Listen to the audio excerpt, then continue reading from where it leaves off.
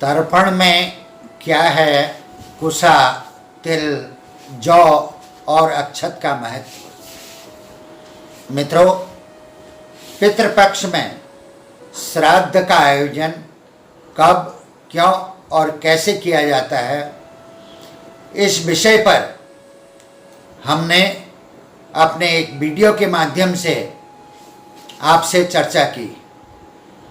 फिर हमने यह भी बताया कि श्राद्ध पक्ष में कौओं को भोजन क्यों कराया जाता है। आपने अब तक महसूस किया होगा कि सनातन संस्कृति में पितरों को जल देना, तर्पण करना जरूरी है।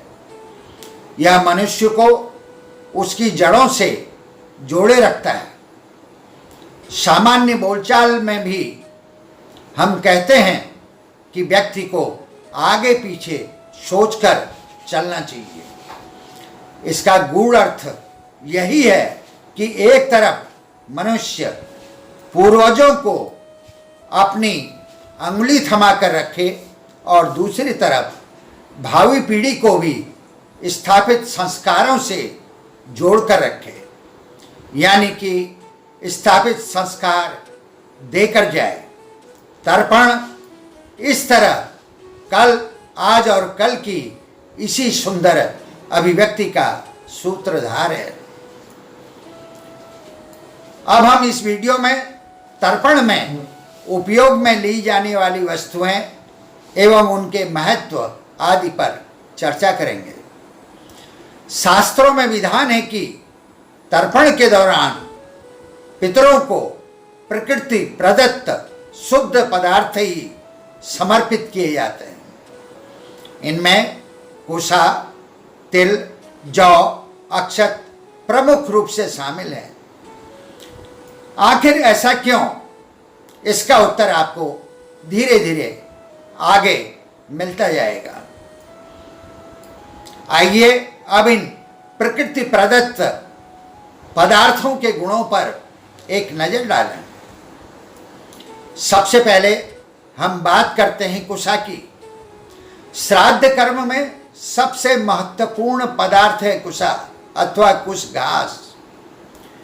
मान्यता यह है कि भगवान श्री विष्णु के वराह अवतार के रोम अंकुर ही धरती पर कुसा है। जो लोग ग्रामीण क्षेत्र से आते हैं उन्होंने कुसा का पौधा देखा होगा। मैंने कम से कम देखा हुआ है। माना जाता है कि इनके जरिए पूर्वज पितरों से शीघ्र संपर्क हो जाता है। इसके अतिरिक्त कुसा तेज का भी प्रतीक है, जिससे हर्षण तेजोमयी तरंगें निकलती रहती हैं।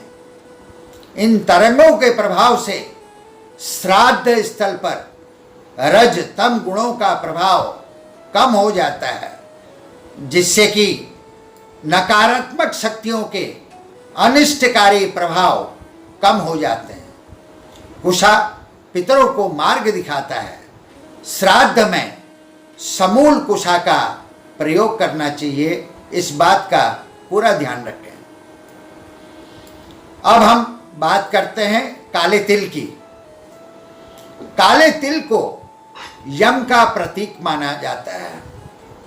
पितृपक्ष में श्राद्ध के दौरान तिल का प्रयोग भी जरूरी होता है, क्योंकि तिल की उत्पत्ति भी श्री हरि विष्णु जी से ही हुई है। यह पदार्थ श्री नारायण के पसीने से निकला है। ऐसे में इससे पिंडदान करने में मृतक को मोक्ष की प्राप्ति होती है। तिल से निकलने वाली रज तम तरंगें मृत्युलोक में भटक रही पितर आत्माओं को श्राद्ध स्थल तक बुलाने में सहयोग करती हैं। श्राद्ध स्थल पर तिल छिड़क दिए जाते हैं, जिससे यह एक निश्चित क्षेत्र बन जाता है, जिसमें वही पितृ आत्माएं आती हैं जिनका आह्वान किया जा रहा है। काले तिल पितर की तृप्ति का साधन है। आगे बात करते हैं अक्षत की, यानी कि चावल।